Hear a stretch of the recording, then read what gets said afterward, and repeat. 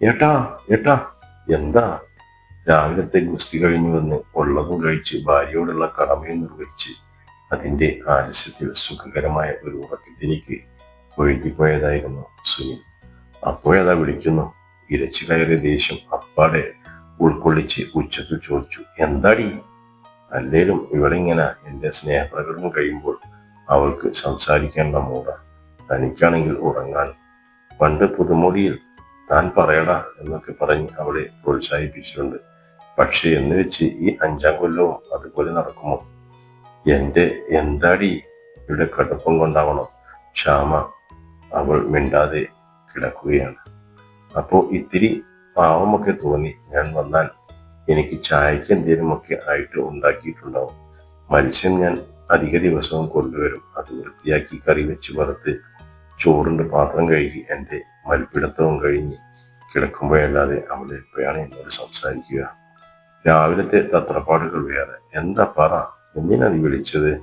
അത് ഏട്ടാ, ഏട്ടന് പ്രിയെ അറിയില്ലേ? ഈ നട്ടപ്പാതിരിക്ക് ഏത് പ്രിയാണ് എൻ്റെ ശ്യാമേ?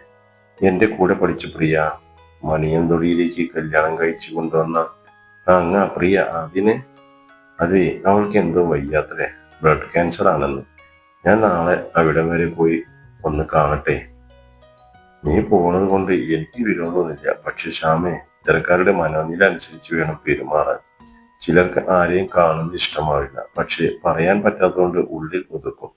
നമ്മൾ വേണം കണ്ടറിഞ്ഞ് പെരുമാറാൻ. തന്നെയുമല്ല, ഒരുപാട് പേര് കാണാൻ ചെല്ലുന്നത് നന്നല്ല. വല്ല ഇൻഫെക്ഷനോ മറ്റോ വന്നാൽ രോഗിക്കും അത് പ്രശ്നമാവും. ഞാൻ എന്തായാലും പോകും സുനിയേട്ടാ, എനിക്കൊന്ന് കാണണം അവളെ. ശ്യാമ സുനിലിന്റെ മാറിലേക്ക് തലചായ്ച്ചു. നിനക്ക് പനിയുണ്ടോ ശ്യാമേ? ഒരു ചൂട് പോലെ. ഏട്ടന് വെറുതെ തോന്നുന്നതാവും. ഇന്നലെയും പറയണത് കേട്ടുള്ളൂ ഇങ്ങനെ. നീ മിണ്ടാതെ കിടന്നേ. എനിക്ക് നാളെ ഓഫീസിൽ പോകാനുള്ളതാ. നിനക്ക് ഉറക്കമൊക്കെ ഉച്ചയ്ക്ക് കിടന്നുറങ്ങാം. ബെല്ലടിച്ചപ്പോൾ ആദ്യം കഥക് തുറന്നത് പ്രിയയുടെ അമ്മായിയമ്മയാണ്. പ്രിയ അകത്തുണ്ട്. പ്രിയയെ കണ്ടപ്പോൾ ശ്യാമക്ക് സ്വയം നിയന്ത്രിക്കാൻ കഴിഞ്ഞില്ല. അവൾ കൈകൾ കൊണ്ട് കണ്ണുകുത്തി കരഞ്ഞു. ഇടതുറന്ന് പിന്നിട്ടിരുന്ന മുടി മുഴുവൻ പോയിട്ടുണ്ടാവണം. ഒരു സ്കാർഫ് തലയിൽ കെട്ടിവെച്ചിട്ടുണ്ട്. കാഴ്ചകളും സ്വപ്നങ്ങളും നിറദീപം പോലെ തിളങ്ങിയ കണ്ണുകൾക്ക് ചുറ്റും കറുത്ത വലയങ്ങൾ തിങ്ങിക്കൂടിയിരിക്കുന്നു. വരണ്ട ചുണ്ടുകളും ദേഹമാകെ ഒരു തരം ഉരുണ്ട കണ്ണും. പൊന്നിന്റെ നിറമുണ്ടായിരുന്ന കുട്ടിയ കണ്ടിട്ട് സഹിക്കാനാവുന്നില്ല. ശ്യാമേ, എത്ര നാളായി കണ്ടിട്ട്, വായിക്ക്. പ്രിയയുടെ ശബ്ദം പോലും മാറിയിരിക്കുന്നു. ഒരു തരം കുഴഞ്ഞ ശബ്ദം പോലെ, ഒരു തരം തളർച്ച. ശ്യാമക്ക് അവളുടെ മുന്നിൽ കരയണ്ടായിരുന്നു എന്ന് തോന്നി. അവളെ കണ്ടപ്പോൾ പൊട്ടിപ്പോയതാണ്. വേഗം അടുത്തു ചെന്നിരുന്നു. പ്രിയെ, ഇപ്പോൾ എങ്ങനെയുണ്ട്? ഇപ്പൊ ഭേദമാണെന്ന് പറയുന്നുണ്ട്, പക്ഷെ അത് നുണയായി പോകും. ഓരോ ദിവസവും നില വഷളാകുന്നു എന്നാ ഇന്നലെയും ഡോക്ടർ പറഞ്ഞത്. അവിടേക്ക് അവളുടെ മോൻ കയറി വന്നു. പ്രിയ, മോനെ എന്ന് വിളിച്ചപ്പോൾ അവൻ പ്രിയയുടെ മുഖത്തേക്ക് പകച്ചു നോക്കി. എന്നിട്ട് ഒരൊറ്റയോട്ടം പുറത്തേക്ക്.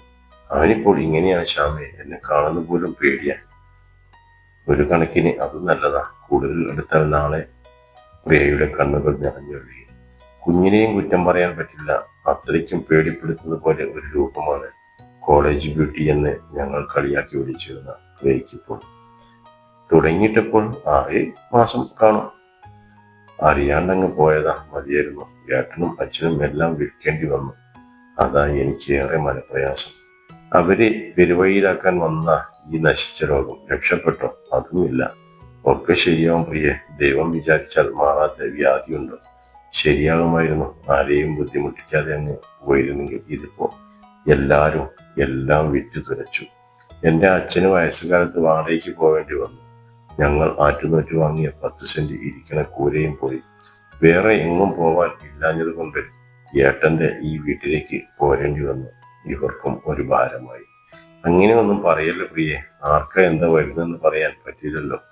നീ എന്തിനാ മോളെ ഇങ്ങനെയൊക്കെ ചിന്തിക്കുന്നത്? പനിയായിരുന്നു എന്നും. അതിന് കണ്ട ഗുളികകളും വാങ്ങി കഴിച്ചു. പിന്നെ ദേഹത്ത് ചുവന്ന തടിപ്പ്, ഛർദി ഇടയ്ക്ക് മാത്രം വന്നുകൊണ്ടിരുന്നു. അടുത്തടുത്ത് വന്നപ്പോൾ ഡോക്ടറെ കണ്ടു. അപ്പയാ സ്റ്റേജുകൾ കുറെ കഴിഞ്ഞു പോയി എന്ന് മനസ്സിലായത്. അങ്ങനെ എന്തേലുമൊക്കെ വന്ന ആദ്യമേ ഡോക്ടറെ കാണണം, അല്ലെങ്കിൽ നമ്മൾ കാരണം കുടുംബം പോലും താറുമാറാകും. ശ്യാമക്ക് അന്ന് രാത്രി ഉറങ്ങാൻ കഴിഞ്ഞില്ല. കൂട്ടുകാരുടെ അസുഖത്തേക്കാൾ അവൾ പറഞ്ഞ രോഗലക്ഷണങ്ങൾ ശ്യാമയുടെ മനസ്സിലേക്ക്.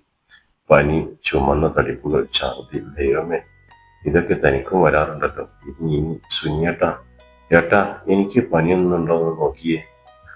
ചെറിയ ചൂടുണ്ട്. നീ പല സമയത്ത് കുളിച്ചിട്ടുണ്ടാവും. ദിവസവും ഒരേ ടൈം കീപ്പ് ചെയ്ത് കുളിക്ക്, അപ്പോൾ ശരിയാവും. ആകെ കൂടി ശ്യാമക്ക് ഭയം തോന്നി. അവൾ മനസ്സൊരുക്കി ഭഗവാനെ വിളിച്ചു. പിറ്റേ ദിവസം രാവിലെ മനം പുരട്ടുന്ന പോലെ. ഇത് അവസാനമായി വരുന്ന സിംപിറ്റസ് ആണെന്നല്ലോ പ്രിയ പറഞ്ഞത്. ശ്യാമ ആ കായെ മനസ്സായി തളർന്നുപോയി. ശ്യാമേ, റിസൾട്ട് പോസിറ്റീവ്. നീ പേടിക്കണ്ട. നമ്മുടെ വീട് വിറ്റിട്ടായാലും നിന്നെ ചികിത്സിക്കും. വേണ്ട ഏട്ടാ, വീട് വിൽക്കണ്ട ഏട്ടാ, പ്ലീസ്. പറഞ്ഞത് കേൾക്കാതെ സുനിൽ ആധാരവും എടുത്തുന്നതോടെ ശ്യാമ ഞെട്ടി ഉണർന്നു. കണ്ടതൊക്കെ സ്വപ്നമായിരുന്നു. നടക്കാൻ പോകുന്ന മുൻകൂട്ടി കണ്ടതാണ്. അവൾ ആകെ പേടിച്ചു.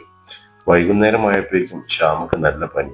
സുനി വന്നപ്പോൾ പുതച്ചുമുടി കിടക്കുന്ന ശ്യാമയാണ് കണ്ടത്. വാ, ഹോസ്പിറ്റലിൽ പോകാം. വേണ്ടേട്ടാ, ഞാൻ ഇവിടെ കിടന്നോളാം, കുറച്ചു കഴിഞ്ഞ് മാറും. സുനിൽ നിർബന്ധിച്ച് ഡോക്ടറെ അടുത്ത് കൊണ്ടുപോയി. പനി കൂടെ വരാറുണ്ടെന്ന് പറഞ്ഞപ്പോൾ യൂറിനും ബ്ലഡും ഒക്കെ ടെസ്റ്റ് ചെയ്യാൻ ഡോക്ടർ നിർദ്ദേശിച്ചു. അതിന്റെ റിസൾട്ടും വാങ്ങി വരാൻ നിർദ്ദേശിച്ചു. ശ്യാമ ആകെ പേടിച്ചു. തന്റെ അസുഖം ഇപ്പോൾ അറിയും. ഏട്ടൻ വീടും സ്ഥലവും വിറ്റ് ചികിത്സിക്കാനുള്ള പുറപ്പാടെങ്കിൽ ഞാൻ സമ്മതിച്ചില്ല. ചിലതെല്ലാം തീരുമാനിച്ചുറച്ച പിറ്റേ ദിവസം സുനിൽ റിസൾട്ട് വാങ്ങാൻ പോയി. ശ്യാമ കരക്കിട്ട മീനിനെ പോലെ പിടഞ്ഞു. വൈകുന്നേരം വരേണ്ട സുനിൽ ഉച്ചയ്ക്കെത്തി. ശ്യാമയെ റിസൾട്ട് കിട്ടി. പിന്നെ എനിക്കിവിടെ ഇരിക്കാൻ തോന്നിയില്ല. ഫോണിൽ പറയാതെ നേരിട്ട് പറയാൻ വേണ്ടിയാ ഞാൻ. ശ്യാമ പൊട്ടിക്കരഞ്ഞ് സുനിലിന്റെ നെഞ്ചിലേക്ക് ചാഞ്ഞു. ഏട്ടാ, എന്നെ എൻ്റെ വീട്ടിൽ കൊണ്ടാക്കൂ. എന്നിട്ട് ഏട്ടൻ വേറെ കല്യാണം കഴിക്കും. നീ എന്തൊക്കെയാടി ഈ പറയുന്നേ? എടി, നമ്മൾ അച്ഛനും അമ്മയും ആവാൻ പോവാന്ന്. നീ പ്രഗ്നന്റ് ആണെന്ന്. എന്താ? വിശ്വസിക്കാൻ കഴിയാതെ ശ്യാമ നിന്നു. ഊതി വീർപ്പിച്ച മണ്ടത്തരമാണെന്ന് പറഞ്ഞപ്പോൾ അവൾ വല്ലാണ്ടായി. നീ എന്താ എന്നോട് വേറെ കല്യാണം കഴിക്കാനൊക്കെ പറഞ്ഞത്? ശ്യാമ നാണിച്ച് എല്ലാം പറഞ്ഞു കേട്ട് കഴിഞ്ഞപ്പോൾ ഒരു നിമിഷം സുനിൽ അന്തം വിട്ടിരുന്നു. പിന്നെ തന്റെ ഭാര്യയുടെ രോഗം കണ്ടുപിടിക്കാനുള്ള പ്രത്യേക കഴിവിനെ ഓർത്ത് പൊട്ടി ചിരിച്ചു. ശ്യാമയും ആ ചിരിയിൽ ഭാഗമായി.